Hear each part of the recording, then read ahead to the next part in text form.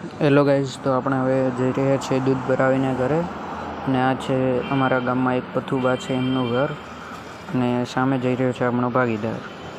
Hello guys, તો આપણે જઈ રહ્યા છીએ હવે ગેળા હનુમાનજીના મંદિરે. અને તમે જોઈ રહ્યા છો, આ છે આપણા પાડોશીનું ખેતર અને સામે છે એમનું મકાન. અને તમે બી ગેળા હનુમાનજીના મંદિરે આવેલા છો કે નહીં એ મને કમેન્ટમાં જણાવજો. અને તમે like, share, subscribe please support કરજો. મને રિક્વેસ્ટથી કહું છું, તમારો નાનો ભાઈ ગણીને મને સપોર્ટ કરજો. ચલો તાર હવે આપણે મળીશું થોડા આગળ જઈને. ત્યાર સુધી બધાને બાય. ગાઈઝ, તો આપણે આવી ગયા છીએ આ ગેળાથી લાખણીવાળો હાઈવે છે ત્યાં. અરે સોરી, ગેળાથી લાલપુરવાળો. અને હવે આપણે અહીંયાથી સીધા જઈશું ગેળા. જોઈ રહ્યા છો તમે આ હાઈવે. અને અહીંયાથી લગભગ ગેળા હનુમાનજીનું મંદિર થાય છે 3.5 કિલોમીટર આજુબાજુ, 3-4 કિલોમીટર આજુબાજુ. હવે આપણે જઈશું બોર્ડરવાળા હનુમાન. લાલપુર અને ગેળાની જે બોર્ડર છે ને, ત્યાં એક હનુમાનજીનું મંદિર છે નાનકડું, એ બી આપણે જોઈશું. ગાઈઝ, તો આપણે આવી ગયા છીએ જે મેં તમને હમણાં બતાવ્યું હતું કે બોર્ડરવાળા હનુમાનજી મંદિર. એ છે અહીંયા નાનકડું મંદિર છે હનુમાનજીનું. અને આ જે ભાગ છે આ લાલપુરનો છે.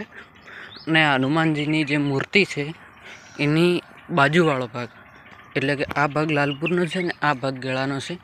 અહીંયા આપણે દર્શન કરી લીધા, જય બજરંગબલી. અને હવે આપણે નીકળી ગયા છીએ પાછા ગેળા. તમે જોયું હશે કે આ હનુમાનજી, ગેળા હનુમાનજી છે ને, એ ગણતાની બોર્ડર છે ત્યાં બી એમની મૂર્તિ છે, ગણતાની ને ગેળાની. લાખણી બી એવું જ છે. લાખણીમાં બી જે ગેળા અને લાખણી વચ્ચે છે ને ત્યાં બી એમની એક મૂર્તિ છે. આ એમનો એક ઇતિહાસ છે. જેમને જેમને એમનો જે ગેળાની હદ પૂરી થાય ને અને બીજું ગામ લાગે ને ત્યાં એમની મૂર્તિ છે. આ એમનો એક ઇતિહાસ છે.